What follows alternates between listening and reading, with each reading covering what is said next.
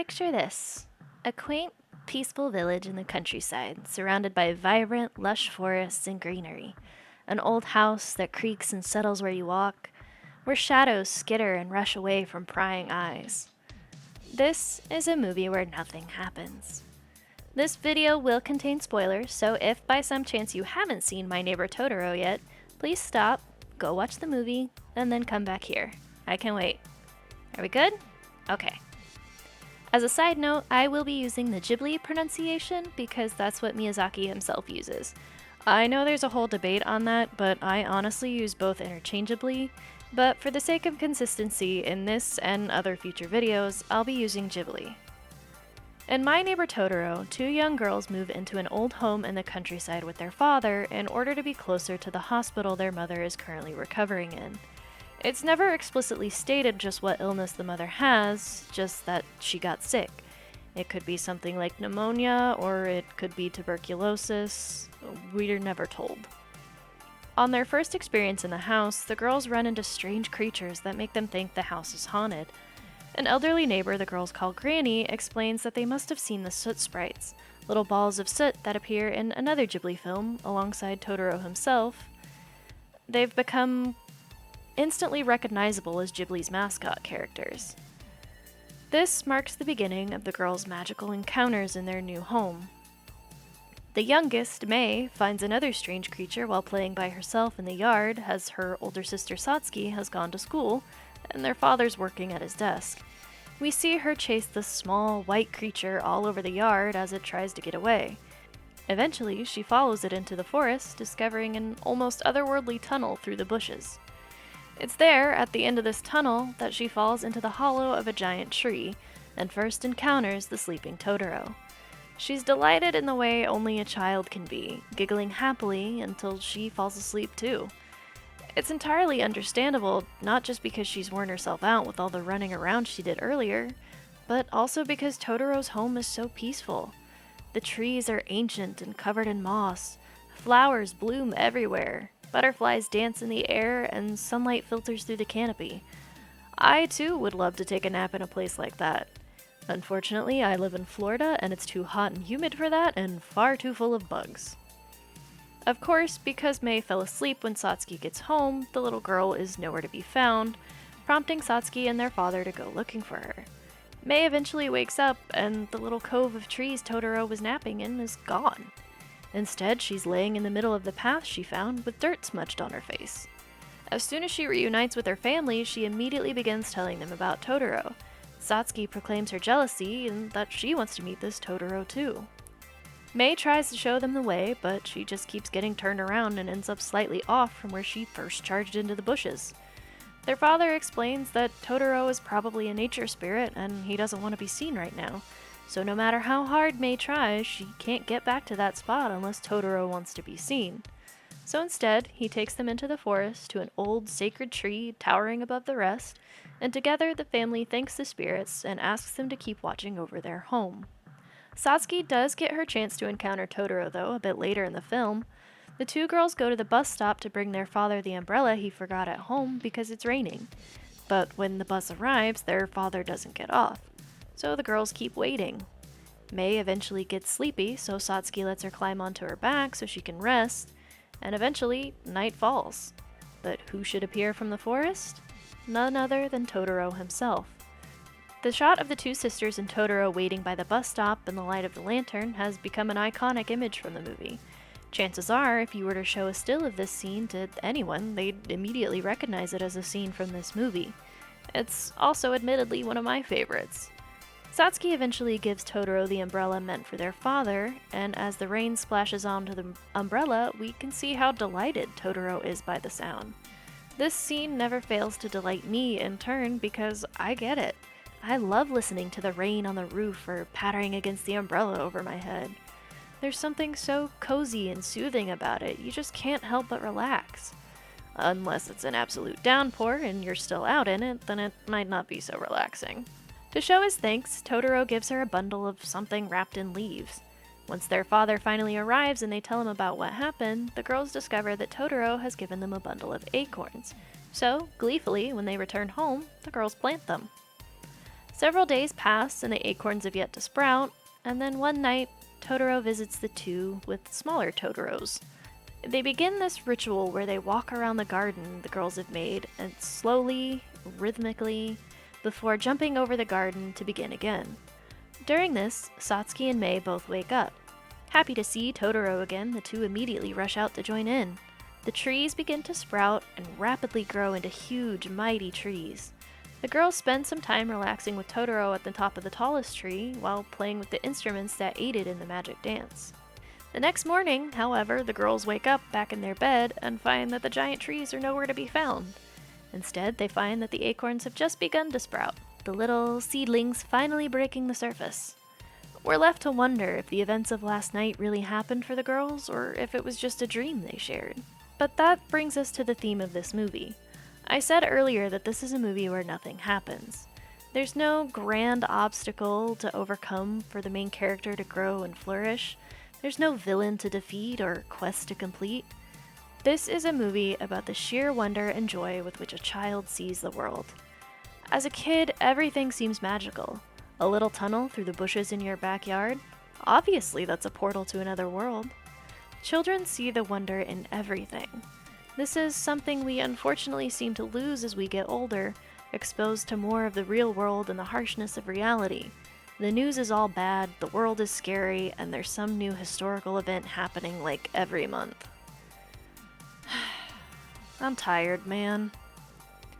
My Neighbor Totoro is a love letter to the magic of childhood, but also serves as a reminder that there is still magic and wonder in the world, even if it's harder to find. Sometimes we have to recreate that wonder for ourselves, to find magic in the mundane, to do things simply because it brings us joy, to reintroduce that sense of magic into our world. The real world is harsh, but that doesn't mean we should lose that sense of whimsy. In fact, I think the world might be a little less harsh if we were able to do more of the things that make us happy, to have a brief rest from the gloom and doom of the news every day. Draw, paint, start a garden, write a book, learn to sew, read a book. Anything you can think of, but do it with intention. But the movie doesn't shy away from the reality that life is hard and scary sometimes either. This is something we can clearly see in the second half of the movie. We see the girls spending time with Granny, harvesting vegetables, and preparing for their mother to come home for a short visit as her health improves. But then they receive an emergency telegram that completely changes the mood. The girls go from being happy and excited for their mother to come stay with them and see their new house, to being scared and worried. Satsuki frantically tries to reach their father so he can phone the hospital, and it turns out that their mother's health has taken a small turn and she won't be able to come home that weekend. This understandably upsets both girls, which Mei is far more vocal about. Satsuki, as the eldest, keeps herself together for as long as she can, because she's the big sister and she has to take care of Mei while their mother is recovering and their dad has to work. This is something I think anyone can relate to, regardless of whether you're the youngest or oldest of the family. Sometimes you have to be the one to hold it together while everything else is falling apart.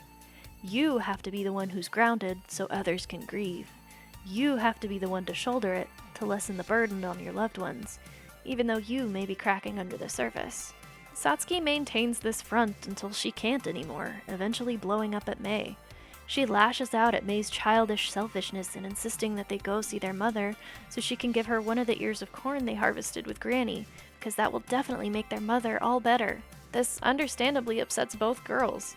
This is the first time in the movie we ever see them fight. Satsuki eventually confesses her worries to Granny, explaining that she's so scared because that's how their mother's illness started.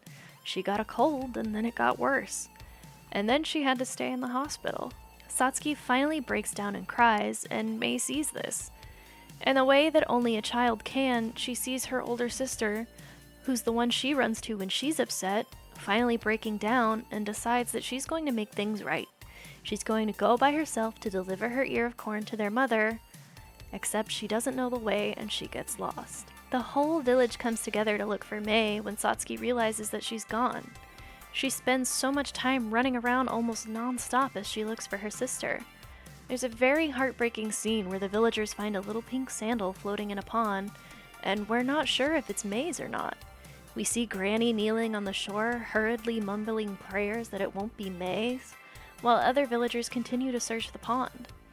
The relief is palpable when Satsuki finally arrives and confirms that the sandal isn't Mei's. We can gather from this that since the villagers aren't searching for any other missing children, it's just a shoe some other kid lost, probably while walking home, or maybe washed away in the rain. This scene is probably what gives rise to the theory that both girls die in the movie, and that's why when they're in the tree with Totoro and the cat bus at the end, they disappear so fast. Sorry to burst your bubble, but that's just not true. Satsuki rushes home into the little tunnel, praying that Totoro will let her through. She pleads with him to help her find Mei, and thankfully he summons the cat bus for her. The cat bus runs right to Mei, dashing over hills and farms and roads, even running on power lines in order to reunite the sisters. The sisters hug and make up, and the cat bus even volunteers to take them to the hospital so they can deliver the ear of corn at the hospital. And then they go home, relieved after seeing that their mother is doing okay while talking with their father.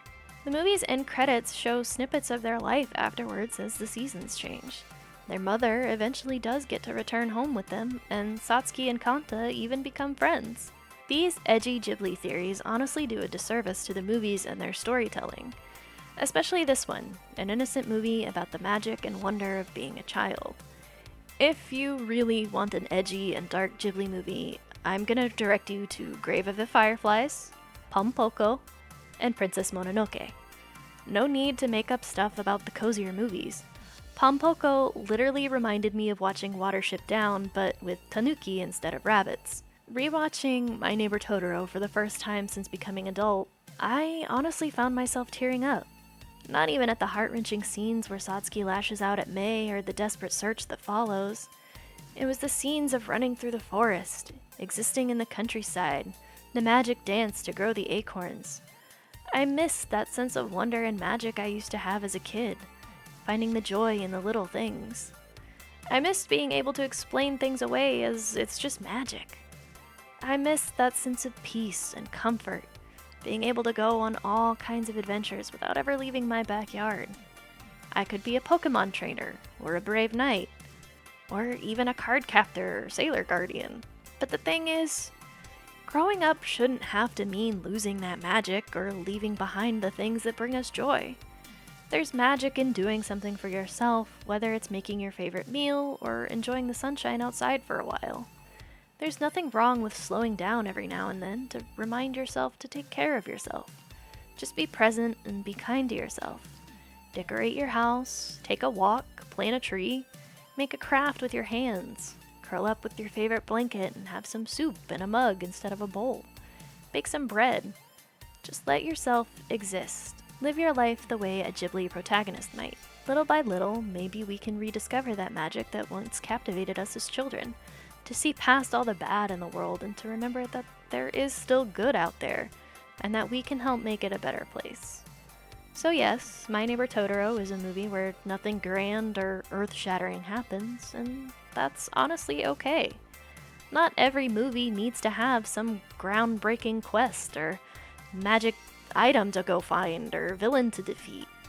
Sometimes it's just about the wonder of childhood. Now, when I first started scripting out this video, I thought, well, maybe I should talk about my art process a little more. But as you can see, things kind of got away from me. I got really, really into talking about this movie because the magic of childhood is just such a powerful thing, and it's so sad that we lose that as we get older. And I, for one, am trying to rediscover that magic, to do things for myself that bring me joy and try to lighten up things. The world's already terrible enough. I don't need to focus on things that make me feel worse. But as you can see, my process is honestly kind of messy. Is there a more efficient way to do these things? Probably. Am I going to? Also probably not. As you can see, I did several different versions of those bushes before I finally landed on something that I liked.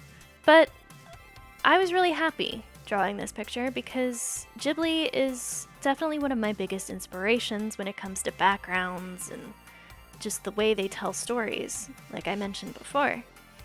I've always wanted to be able to do the same kind of backgrounds, but I've never understood how. But I think that I got something that I'm relatively satisfied with.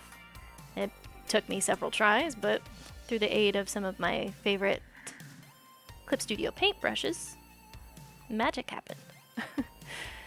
This is probably the best grass that I've ever drawn. It's just nice to be able to create, to sit down and do something for myself and just turn my mind off. And I hear you ask, Ray, why didn't you draw Totoro fan art? You drew Sailor Moon fan art. And the reason for that, dear viewer, Ghibli is very protective of their IP, and I didn't want to risk any chances of this video getting copyright struck, so story of this channel, that's why I decided to do speed paints instead of show anime footage while I talk. Besides, I get to work on my art skills while I yap. What better way to do it? That said, these speed paints are recorded separately. I unfortunately cannot draw and talk at the same time. I would make many more verbal typos than I already do while recording these scripts. So, here's a brief look into my process. Am I making things more complicated for myself? Probably. Is this the way my dumb brain understands things? Yes. So unfortunately, I am stuck working this way. But on the whole, I think this picture turned out really well. Are there things that could be improved? Yes. Did I deliberately hide that hand in the grass? Yes. I am not immune to hiding the hand. When there's no pocket, I just cover it with grass. Just cover it with grass. Just don't even look at it. That said, in the end, I think it turned out pretty well. It's certainly not Ghibli level, and I don't know that I will ever reach that level, but practice makes perfect. I'm sure that one day I'll get to a point where I'm satisfied with my art. Or not. Like I said before, we're our own harshest critics, so we'll see where the road leads. And here is the final result. I went back and added some more bushes in the corners, sort of behind my character and in the front, just to create a little bit more depth in the space and to hide some details that I wasn't too jazzed about. There are definitely things I think I could improve on. Like looking at it now, I feel like the head is too big for the body, but you know, that's what makes practice important. We learn, we grow, and we try not to dwell on it. At least that's what I'm trying to do. I don't know whether I've succeeded in that yet, but I'm doing my best. I am letting go of the idea of perfection. I think I said that before in my last video, but you can't just hate on yourself. You're not doing yourself any favors. You're not going to grow that way.